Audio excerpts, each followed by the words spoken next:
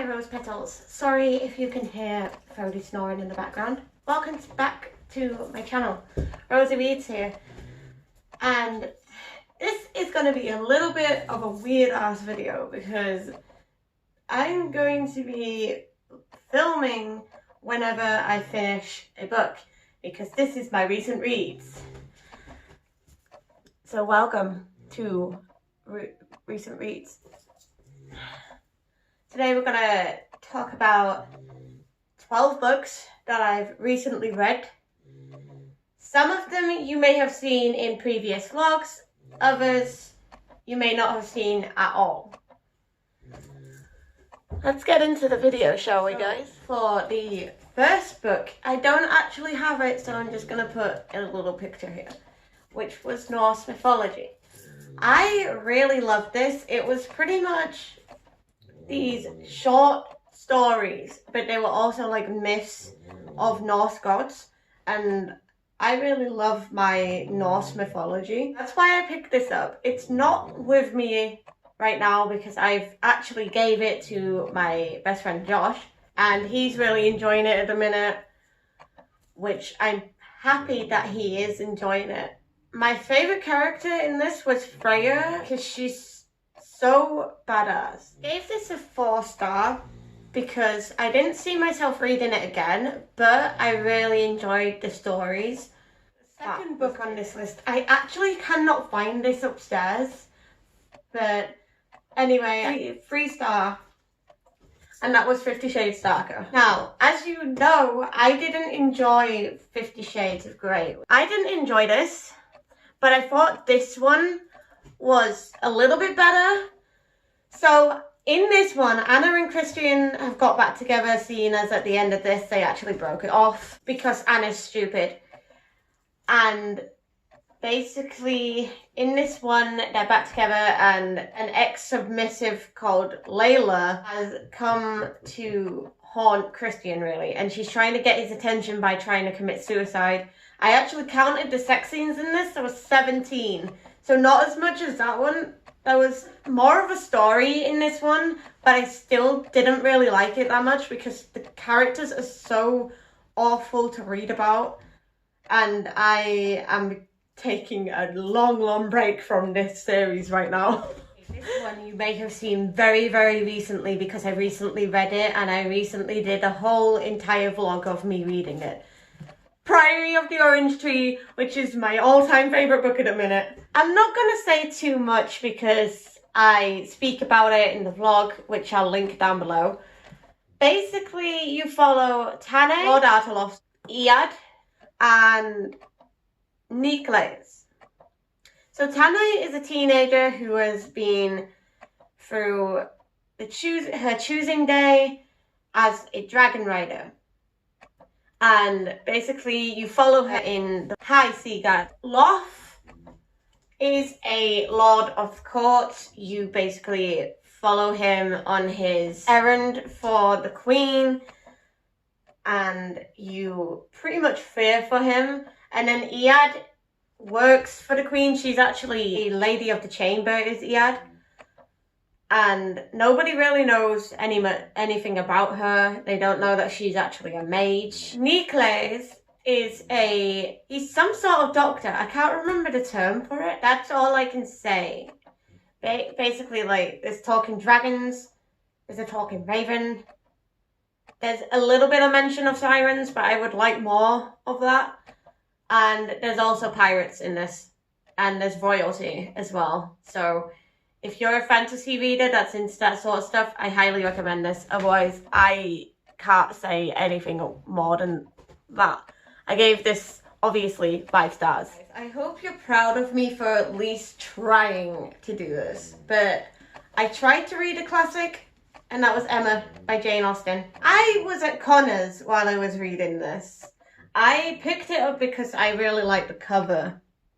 And I was intrigued, and because I need to read more classics. I got more than 100 pages through this, and it was so boring. It just was not picking up whatsoever. I don't know if this is how classics are usually like. I posted in my Facebook group called Bookworms, and asked if this gets better, and someone said that this is one of her worst books that she's wrote. And I'm sorry, but I'm gonna have to agree, because I ended up DNFing this. It was so boring. It wasn't getting any better. It was basically about this girl called Emma who was trying to set people up after they've only just come out of a relationship.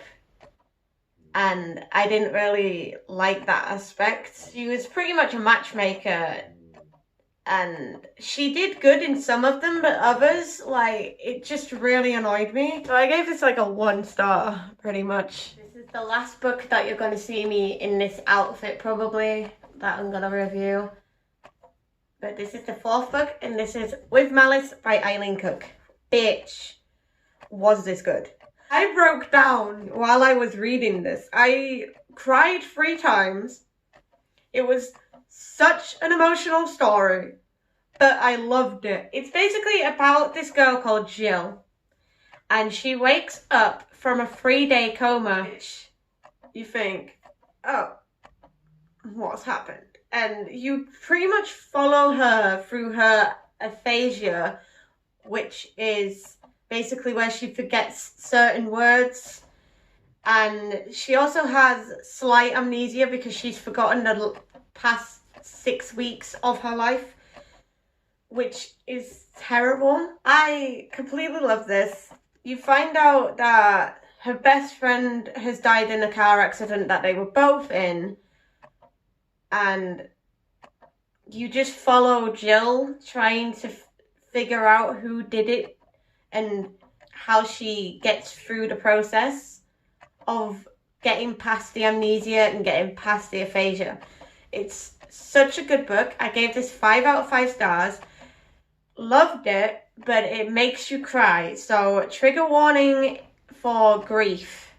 6th book that I read recently is The Southern Book Club's Guide to Slaying Vampires by Grady Hendrix. This is about a group of women who have formed a book club. Their names are Slick, Patricia, Kitty, Mary Ellen, and Grace.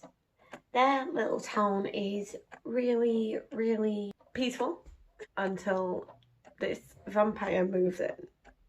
Oh, just over the road from all of them, called James Harris. And he does horrible things to children. He does horrible things to 2 of the book club members. This was supposed to be a horror thriller. I didn't really see the horror perspective of this, but I saw the thriller. I would count this more as a thriller than a horror, and this is one of the first vampire books that I've read since high school. So it's been a while, but it was quite good. There are trigger warnings for this. So there is sexual assault. There's mention of sexual assault in this. There's mention of overdosing / suicide in this. There is child grooming, 1 gory scene. So if any of that triggers you, wouldn't recommend. There's only slight mention of that. Of all 5 of those. There's only ever so slight mentions of it. Forgot to mention that I gave this 4 out of 5 stars. So be warned if you want to pick this up. Next, I read 1+1 by Jojo Moyes. I read this in a week, and I read this in a reading vlog, so not gonna say too much. But it was supposed to be a romance, but I didn't really see the romantic side of it. It was more road trip vibe, and it's basically about this single mother called Jess and her children Nikki and Tansy, and they have a dog called Norman, and they meet this guy called Ed. Pretty much. That's the summary of the story. Can't say too much. Gave this a 3 out of 5. The next book that I read was a Stephen King book, because I haven't read a book from him for quite some time now, and that was The Outsider. I quite enjoyed this and gave this a 4 out of 5 star. I can't exactly say too much about this, But let me just say, trigger warning for sexual assault and child grooming. Basically, you're following this detective and you're following his case. And you're following what has happened in the case. Basically, something horrible happens to a little boy. He gets killed and he gets sexually assaulted with a tree branch. He gets semen all over him, which is just a horrible and disturbing image. This was very disturbing to read some parts. I didn't enjoy the ending, otherwise it would be a 5 out of 5 star, and this was supposed to be a horror, but I thought it was more of a mystery than a horror. The characters were quite likable, and most of the time I was just really confused on who this outsider was and like who actually committed the crime majority of the time. And then by the time they revealed the outsider, it was quite disappointing. So I don't think I'm gonna read this again, so towards charity this goes. This is actually a 3-in-1. It's a Roald Dahl collection that my sister gave me, and I'm just gonna do a 3-parter of this one. The first story in this is the BFG. Now, as you can tell, this is a childhood favourite of mine and I completely love it, but as I have reread the BFG for a millionth time, it's actually more funny when you're older. It makes you wonder, where do dreams come from? And it makes you wonder if giants used to exist. Maybe in our myths, maybe in our legends. I just love the BFG. I love him. And I've just finished watching the film. Completely loved the film. Yeah, this was my first time watching the film, and I've been putting it off for so long. But did I enjoy this? Love the way that BFG of my Roald Dahl collection. So, Matilda wasn't as enjoyable as it was when I was a kid, and didn't like the grown-ups whatsoever. And I think the film is much better than this. All of the adults, including Miss Honey, are awful. It was kind of disappointing because I remember enjoying it more when I was a kid than how I enjoyed it now. This is the last time I speak of this collection, and then it's off to my sisters it goes. George's Marvelous Medicine. I really enjoyed this. It was very short, it was very simple. I started it earlier on today and I finished it in the same day. Well, really relaxing to read on a sunny day, and basically it's about this little boy who has had enough of his grandma and he has to give her medicine at a specific time every single day. He decided to make some medicine and teach her a lesson. The only thing is, he made her grow really, really tall. He makes this medicine and he tries to duplicate it and it doesn't work, so he makes it like 4 times. So overall, I've actually given this collection a 4 out of 5 stars because I enjoyed 2 of them, but it was just Matilda that let me down. After Roald Dahl, I read Midnight Library by Matt Haig. It's basically about this woman who's called Nora, and she tries to commit suicide by overdosing at midnight, hence the Midnight Library. She ends up being in this state of between life and between death. So she's not dead, but she's not alive. He pretty much goes to this library and all of the books are pretty much all of her alternate lives. All the way through, it makes you wonder what will happen when she wakes up.